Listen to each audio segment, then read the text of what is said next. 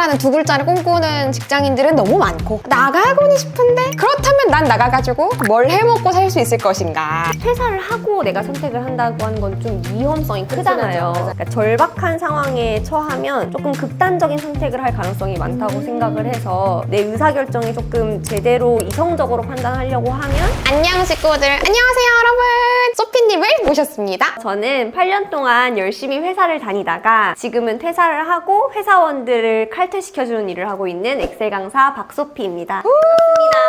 퀴즈에 나오시기 전부터 타링이라는 플랫폼에서 강의도 하셔가지고 굉장히 오랫동안 지켜봐 왔는데 오랜 기간 직장 생활도 하시다가 지금은 소개를 해주셨지만 엑셀 1타 강사로 이렇게 또 활동하고 계시거든요.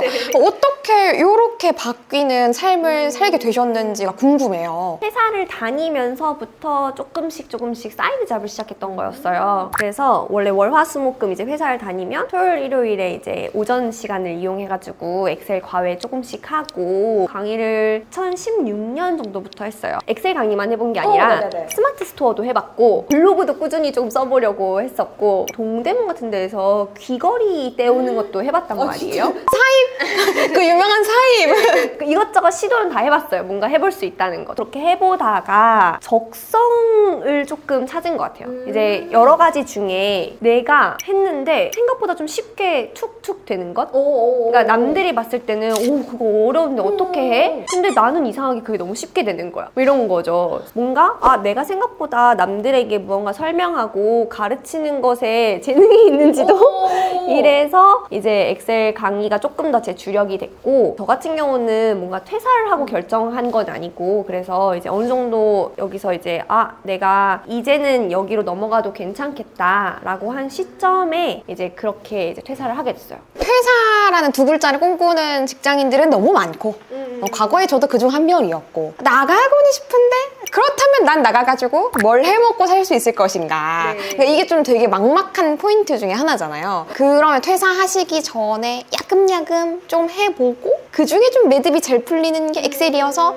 그걸 선택을 하신 그런 케이스인 거네요. 맞습니다. 퇴사를 하고 내가 선택을 한다고 하는 건 좀 위험성이 크잖아요. 사실 이 현대사회 각박한 사회생활에서 나를 갑자기 그런 야생에 툭 던져놓기가 저는 조금 무섭더라고요. 그러니까 절박한 상황에 처하면 조금 극단적인 선택을 할 가능성이 많다고 생각을 해서 내 의사결정이 조금 제대로 이성적으로 판단하려고 하면 극단적인 상황을 만들진 말자. 그래서 퇴사를 하기 전에 어느 정도 이 정도면 이제 내가 넘어갈 수 있어 라고 하는 시점에 이제 저는 넘어온 거라고 보시면 될 것 같아요. 그럼 내가 엑셀 과외를 해봐야겠다라는 그런 생각은 어떻게 하게 된 거예요? 엑셀은 진짜 단 한 번도 해본 적이 없었어요. 뭐 자격증은 있었으나 그 자격증을 내가 과연 엑셀이라고 하는 것을 사용한 거냐라고 하기엔 좀 약간 이제 그래서 처음에 인턴으로 이제 회사를 처음에 갔는데 처음 배치된 게 이제 영업기획팀이었거든요. 그렇게 아침부터 저녁까지 엑셀만 하는 부서인지 몰랐어요. 근데 가서 이제 배우게 됐는데 저는 생각보다 엑셀을 그 전에 선임들한테 되게 잘 배우기도 했고 나름의 그 안에서 재미를 조금 느껴서 이제 계속 하게 됐고 잘한다는 축에 속하게 됐는데 근데 이제 회사에서 보다 보면 엑셀을 못해서 가치를 많이 평가받지 못하는 사람들이 생각보다 많아요. 사실 엑셀이라고 하는 게 일에 가장 중요한 건 아닌데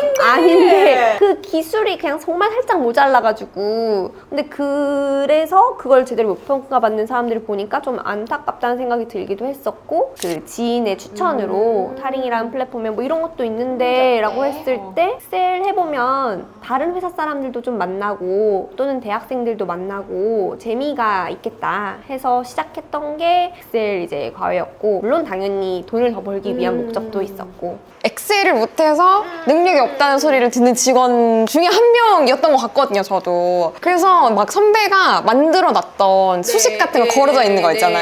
피벗 테이블 쫙 들어가 있는 엑셀 파일 받아. 그럼 나는 거기서 맨날 수정만 해가지고 내 용으로 쓰는 거야.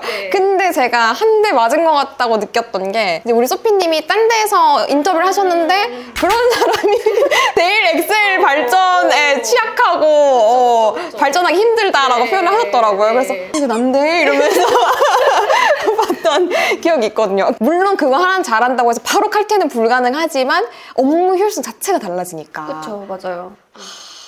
갑자기 막 머리가 아픈 거.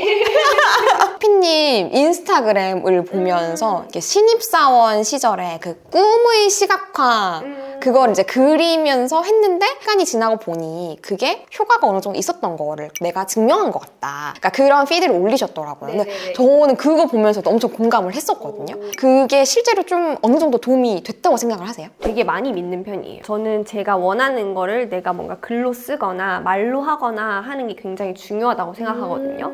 내가 글로 쓰거나 말로 할 수 있다는 건 내가 그만큼 많이 생각을 해봤다라고 저는 생각을 해요. 지금도 저는 연초나 연말에 내가 어떤 사람이 되고 싶은지, 어느 정도 부를 갖고 싶은지, 아니면 어떤 매력이 있는 사람으로 사람들한테 기억이 되고 싶은지, 어떤 인간관계를 갖고 싶은지 이런 걸 조금 되게 디테일하게 써보는 편이에요. 문제가 뭔지 알려면 이상과 현실의 갭을 알아야 한다고 생각해요. 그러면 이상이 무엇인지 내가 구체적으로 알아야 이 갭을 메꾸기 위해 내가 어떻게든 노력을 할 거잖아요. 그리고 그걸 알면 자기도 모르게 조금씩 그 과정으로 이제 가는 것 같아요. 글로 쓰는 것보다 이미지가 사람의 뇌에 더 강렬하게 인식이 돼서 이미지로 하면 훨씬 더 자극을 많이 받고 그렇게 된다라고 해서 그게 한창 유행했던 것 같아요. 각인 효과가 더 네. 뛰어나니까 어허라 그러면 똥소리도 한번 해봐야겠는데